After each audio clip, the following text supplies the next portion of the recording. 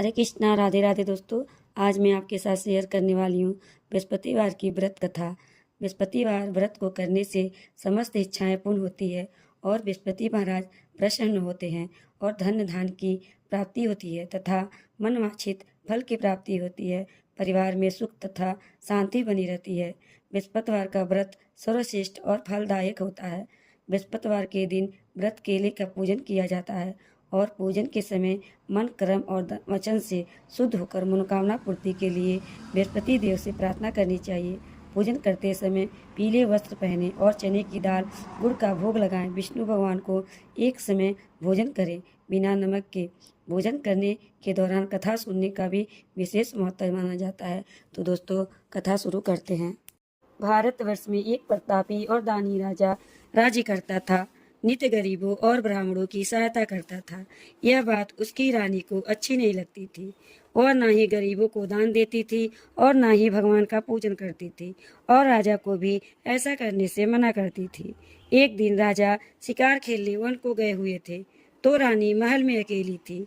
उसी समय बृहस्पति देव साधु के वेश में राजा के महल में भिक्षा मांगने के लिए गए और भिक्षा मांगी। रानी ने भिक्षा देने से इनकार किया और कहा, हे साधु महाराज, मैं तो दान पुण्य से तंग आ गई हूँ। मेरा पति सारा दिन धन लुटाते रहता है। मेरी इच्छा है कि हमारा धन नष्ट हो जाए, फिर न रहेगा बांस, न बजेगी बांसुरी। साधु ने कहा, देवी तुम तो बड़ी विचित्र हो। धन संतान तो सभी चाहते हैं, पुत्र और लक्ष्मी तो पापी के घर भी होने चाहिए।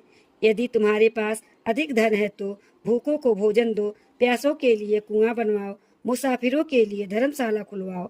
जो निर्धन अपनी कुंवारी कन्याओं का विवाह नहीं कर सकते हैं, उनका विवाह करा दो। ऐसे और कई काम हैं जिनके करने से तुम्हारा यश लोक परलोक फैलेगा। परंतु रानी पर उपदेश का कोई प्रभाव नहीं पड़ा। वह बोली, महाराज, आप मुझे कुछ न समझाएं। मैं ऐसा धन नहीं चाहती जो हर जगह बांटती फिरूं। साधु ने उत्तर दिया, यदि तुम्हारी यही इच्छा है तो तथास्तु। तुम ऐसा करना कि बृहस्पतिवार को घर को गोबर से लीपकर पीली मिट्टी से अपना सिर धोकर स्नान करना, भट्टी चढ़ाकर कपड़े धोना। ऐसा करने से तुम्हारा सारा धन नष्ट हो जाएगा। इतना कहकर वह साधु महाराज वहां से आलोप हो गए।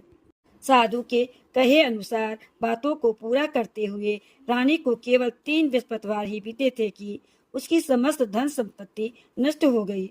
भोजन के लिए राजा का परिवार तरसने लगा।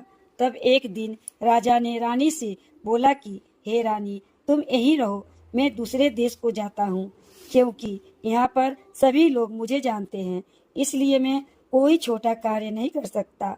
ऐसा कहकर राजा परदेश चला गया। वहाँ वह जंगल से लकड़ी काट कर लाता और शहर में बेचता। इस तरह वह अपना जीवन व्यतीत करने लगा। इधर राजा के परदेश जाते ही रानी और दासी दुखी रहने लगी। एक बार जब रानी और दासी को 7 दिन तक बिना भोजन के रहना पड़ा तो रानी ने अपनी दासी से कहा, हे दासी, पास ही की नगर में मेरी बहन रहती है, वह बड़ी धनवान है। तू उसके पास जा और कुछ ले आ ताकि थोड़ी बहुत गुजर बसर हो जाए। दासी रानी की बहन के पास गई। उस दिन गुरुवार था और रानी की बहन उस समय बृहस्पतिवार व्रत की कथा सुन रही थी। दासी ने रानी की बहन को अपनी रानी की संदेश दिया, लेकिन रानी की बड़ी बहन ने कोई उत्तर नहीं दिया। जब दासी को रानी की बहन से कोई उत्तर नहीं मिला तो वह बहुत दुखी हुई और उसे क्रोध भी आया। दासी ने वापस आकर रानी को सारी बात बता दी। रानी यह सब सुनकर रानी ने अपने भाग्य को कोसा। उधर रानी की बहन ने सोचा कि मेरी बहन की दासी आई थी, परंतु मैं उससे नहीं बोली, इससे वह बहुत दुखी हुई होगी। कथा सुनकर और पूजन समाप्त करके वह अपनी बहन के घर आई और कहने लगी, हे बहन, मैं बृहस्पतिवार का व्रत कर रही थी। तुम्हारी दासी मेरे घर आई थी, परंतु जब तक कथा होती है तब तक ना बोलते हैं और ना ही उठते हैं, इसलिए मैं नहीं बोली। कहो दासी, क्यों गई थी? रानी बोली, बहन, तुमसे क्या छुपाऊं, हमारे घर में खाने तक के अनाज नहीं था। ऐसा कहते कहते रानी की आंखों में आंसू आ गई। उसने दासी समेत पिछले 7 दिनों से भूखे रहने तक की बात अपनी बहन को विस्तार पूर्वक सुना दी। रानी की बहन बोली, देखो बहन, भगवान बृहस्पति देव सबकी मनोकामना को पूर्ण करते हैं। देखो, शायद तुम्हारे घर में अनाज रखा हो। पहले तो रानी को विश्वास नहीं हुआ, पर बहन के कहने पर उसने अपने दासी को अंदर भेजा तो उसे सचमुच अनाज से भरा एक घड़ा मिला। यह देखकर दासी को बड़ी हैरानी हुई। दासी रानी से कहने लगी, हे रानी, जब हमको भोजन नहीं मिलता है तो हम व्रत ही तो करते हैं, इसलिए क्यों न इनसे व्रत और कथा की विधि पूछ ली जाए ताकि हम भी व्रत कर सकें। तब रानी ने अपनी बहन से बृहस्पतिवार व्रत के बारे में पूछा। उसकी बहन ने बताया, बृहस्पतिवार के व्रत में चने की दाल और गुड़ से विष्णु भगवान का केले के जड़ में पूजन करें तथा दीपक जलाएं, व्रत कथा सुने और पीला भोजन ही करें। इससे बृहस्पति देव प्रसन्न होते हैं। व्रत और पूजन विधि बताकर रानी की बहन अपने घर को लौट गई। 7 दिन के बाद जब गुरुवार आया तो रानी और दासी ने व्रत रखा। गुड़साल में जाकर चना और गुड़ लेकर आई, फिर उससे केले के जड़ तथा विष्णु भगवान का पूजन किया। अब पीला भोजन कहाँ से आए, इस बात को लेकर दोनों बहुत चिंतित थे। चूंकि उसने व्रत रखा था, इसलिए बृहस्पति देव प्रसन्न थे। इसलिए वे एक साधारण व्यक्ति का रूप धारण कर 2 थाली में सुंदर पीला भोजन दासी को दे गए। भोजन पाकर दासी प्रसन्न हुई और फिर रानी के साथ मिलकर भोजन ग्रहण किया। उसके बाद वे सभी गुरुवार को व्रत और पूजन करने लगी। बृहस्पति भगवान की कृपा से उसके पास फिर से धन संपत्ति आ गई, परंतु रानी फिर से पहले की तरह आलस करने लगी। तब दासी बोली, देखो रानी, तुम पहले भी इस प्रकार आलस करती थी। तुम्हें धन रखने में कष्ट होता था, इस कारण सभी धन नष्ट हो गए, और अब जब भगवान की बृहस्पति की कृपा से धन मिला है तो तुम्हें फिर से आलस होता है। रानी को समझाते हुए दासी कहती है कि बड़ी मुसीबतों के बाद हमने यह धन पाया है, इसलिए दान पुण्य करना चाहिए, भूखे मनुष्यों को भोजन कराना चाहिए और धन को शुभ कार्यों में खर्च करना चाहिए, जिससे तुम्हारे कुल का यश बढ़ेगा, स्वर्ग की प्राप्ति होगी और पितृ प्रसन्न होंगे। दासी की बात मानकर रानी अपना धन शुभ कार्यों में खर्च करने लगी, जिससे पूरे नगर में उसका यश फैलने लगा।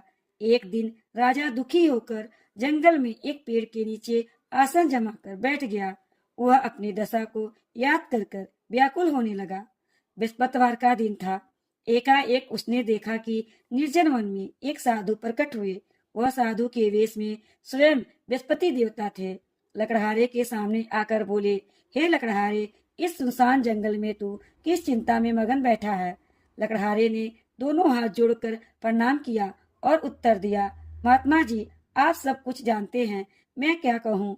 यह कहकर रोने लगा और साधु को अपनी आत्मकथा सुनाई।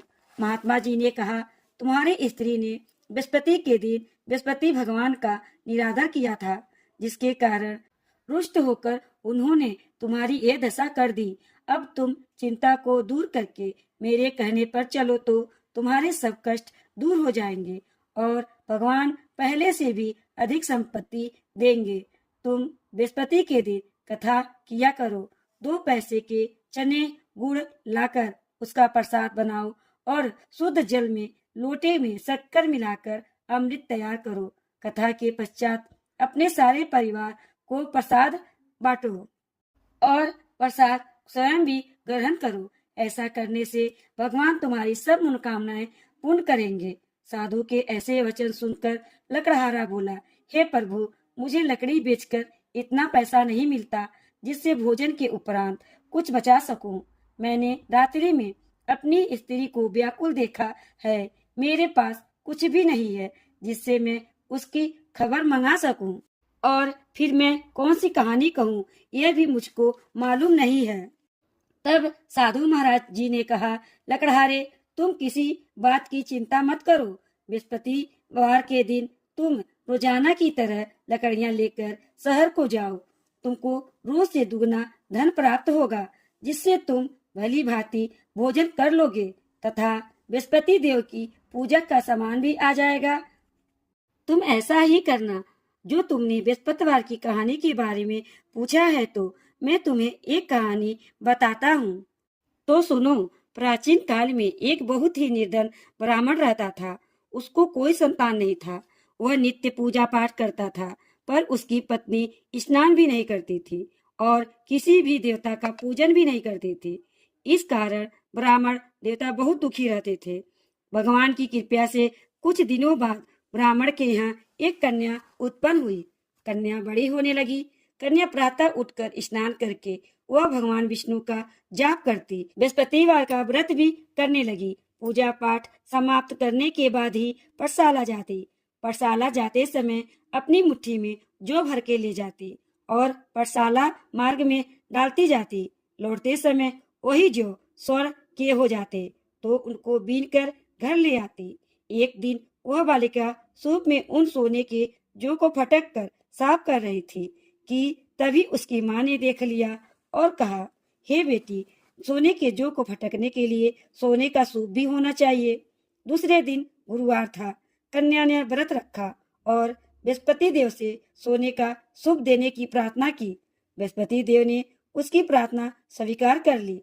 रोजाना की तरह वह कन्या जौ फैलाती हुई पाठशाला चली गई। पाठशाला से लौटते जब वह जौ बीन रही थी, तो बृहस्पति देव की कृपा से उसे सोने का सूप मिला। उसे वह घर ले आई और उससे जौ साफ करने लगी, परंतु उसकी माँ का वही ढंग रहा। एक दिन की बात है, कन्या सोने के सूप में जब जौ साफ कर रही थी, उस समय उस नगर का राजकुमार वहां से निकला। कन्या के रूप और कार्य को देखकर वह उस पर मोहित हो गया। राजमहल में आकर वह भोजन तथा जल त्याग कर उदास होकर लेट गया। राजा को जब राजकुमार द्वारा अन्न जल त्यागने का समाचार मिला, तो अपने मंत्रियों के साथ वह अपने पुत्र के पास गया और कारण पूछा।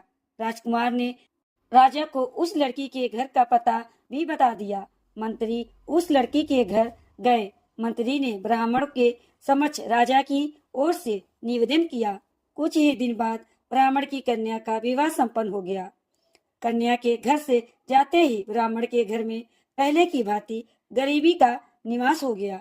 एक दिन दुखी होकर ब्राह्मण अपने पुत्री से मिलने गए। बेटी ने पिता की अवस्था को देखा और अपनी माँ का हाल पूछा। ब्राह्मण ने सभी हाल सुना दिया। कन्या ने बहुत सा धन देकर पिता को विदा किया, लेकिन कुछ दिन बाद फिर से वही हाल हो गया।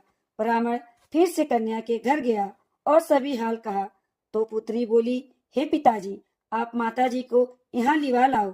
मैं उन्हें वह विधि बता दूंगी जिससे गरीबी दूर हो जाए। ब्राह्मण देवता अपनी स्त्री के पास राजमहल पहुंचे, तो पुत्री अपनी माँ को समझाने लगी, हे माँ, तुम प्रातः काल स्नान आदि करके विष्णु भगवान की पूजा करो, तो तब दरिद्रता दूर हो जाएगी। परंतु उसकी माँ ने उसकी एक भी बात नहीं मानी। वह प्रातःकाल उठकर अपनी पुत्री की बची जूठन को खा लेती। एक दिन उसकी पुत्री को बहुत गुस्सा आया। उसने अपनी माँ को एक कोठरी में बंद कर दिया। प्रातः उसे स्नान आदि करा के पूजा पाठ करवाया, तो उसकी माँ की बुद्धि ठीक हो गई। इसके बाद वह नियम से पूजा पाठ करने लगी और प्रत्येक बृहस्पतिवार को व्रत करने लगी। इस व्रत के प्रभाव से मृत्यु के बाद वह स्वर्ग को गई। वह ब्राह्मण भी सुखपूर्वक इस लोक का सुख भोग कर स्वर्ग को प्राप्त हुआ। इस तरह कथा सुनाकर साधु महाराज अंतर ध्यान हो गए। धीरे धीरे समय व्यतीत होने पर फिर वही बृहस्पतिवार का दिन आया। लकड़हारा जंगल से लकड़ी काटकर किसी शहर में बेचने गया। उसे उस दिन और दिन से अधिक पैसा मिला। राजा ने चना गुड़ आदि लाकर गुरुवार का व्रत किया। उस दिन से उसके सभी कलेश दूर हुए। परंतु जब दूसरा गुरुवार का दिन आया, तो बृहस्पतिवार का व्रत कथा करना राजा भूल गया। इस कारण बृहस्पति भगवान नाराज हो गए। उस दिन उस नगर के राजा ने विशाल यज्ञ का आयोजन किया तथा शहर में यह घोषणा करा दी कि कोई भी मनुष्य अपने घर में भोजन न बनावे, न आग जलावे, समस्त जनता मेरे यहाँ भोजन करने आवे। इस आज्ञा को जो न मानेगा उसे फांसी की सजा दी जाएगी। इस तरह की घोषणा संपूर्ण नगर में करवा दी गई। राजा की आज्ञा अनुसार शहर के सभी लोग भोजन करने गए, लेकिन लकड़हारा कुछ देर से पहुंचा, इसलिए राजा उसको अपने साथ घर ले गया और भोजन करा रहे थे तो रानी की दृष्टि उस खूंटी पर पड़ी जिस पर उसका हार टंगा हुआ था। वह वहां पर दिखाई नहीं दिया। रानी ने निश्चय किया कि यह मेरा हार इस मनुष्य ने चुरा लिया है। उसी समय सिपाहियों को बुलवाकर उसको कारागार में डलवा दिया गया।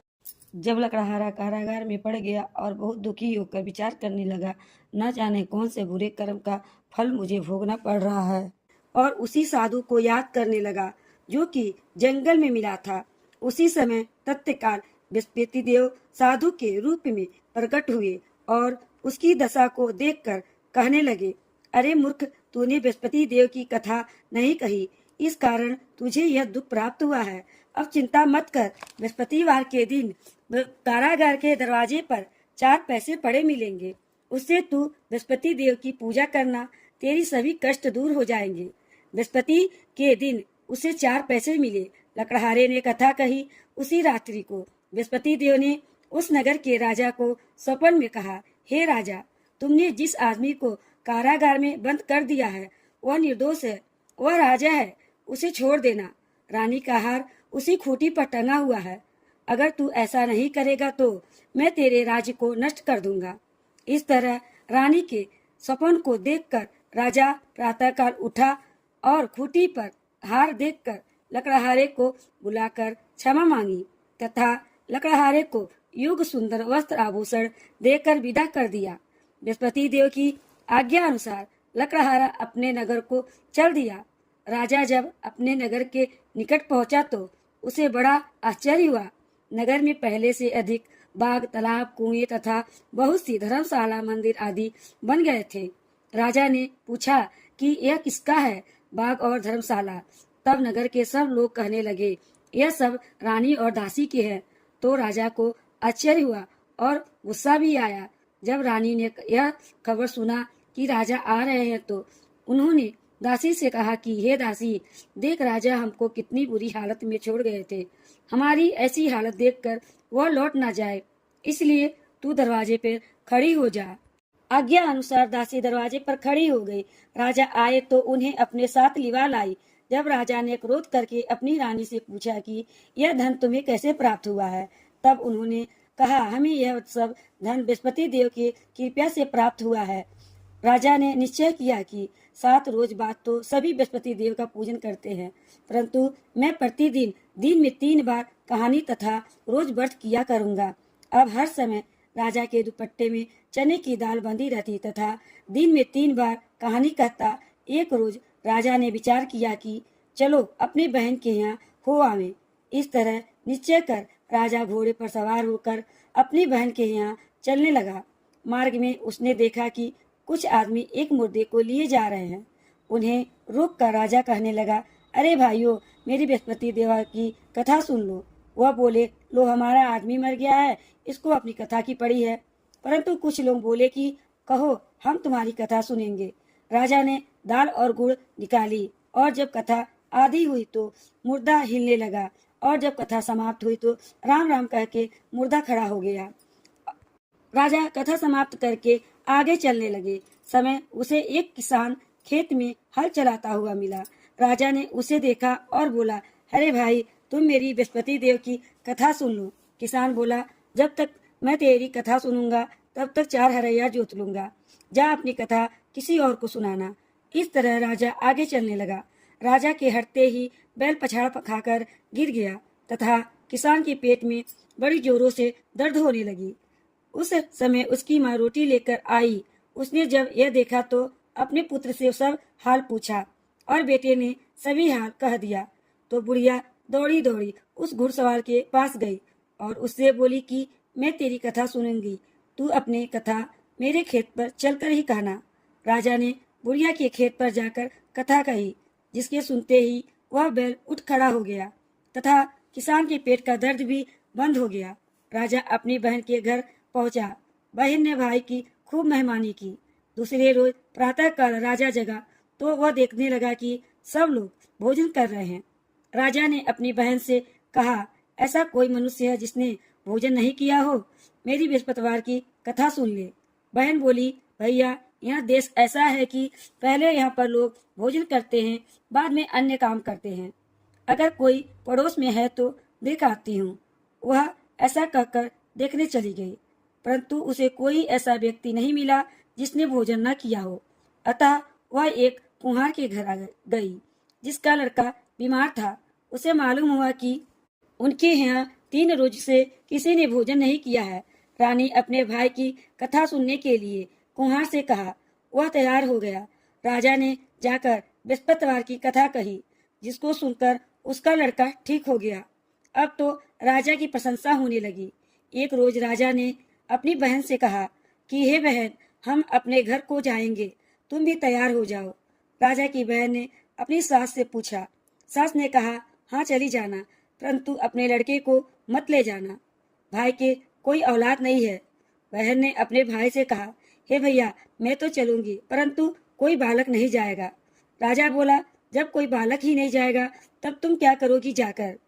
बड़े दुखी मन से राजा अपने नगर को लौट आया। राजा ने अपने रानी से कहा, हम निर्वंशी राजा हैं, हमारा मुंह देखना धर्म नहीं है और कुछ भोजन आदि नहीं किया। रानी बोली, हे प्रभु, बृहस्पति देव ने हमें सब कुछ दिया है तो औलाद भी अवश्य देंगे। उसी रात को बृहस्पति देव ने राजा से स्वप्न में कहा, हे राजा, उठ, सभी सोच त्याग दे, तेरी रानी गर्भ से है। राजा की यह बात सुनकर बड़ी खुशी हुई। 9वें महीने में उसके गर्भ से एक सुंदर पुत्र पैदा हुआ। तब राजा बोला, हे रानी, स्त्री बिना भोजन के रह सकती है, परंतु बिना कहे नहीं रह सकती है। जब मेरी बहन आवे तो तुम उससे कुछ मत कहना। रानी ने सुनकर हाँ कह दिया। तब राजा की बहन ने यह शुभ समाचार सुना तो वह बहुत खुशी हुई तथा बधाई लेकर अपने भाई के यहाँ आई। तभी रानी ने कहा, घोड़ा चढ़कर तो नहीं आई, गधा चढ़ के आई।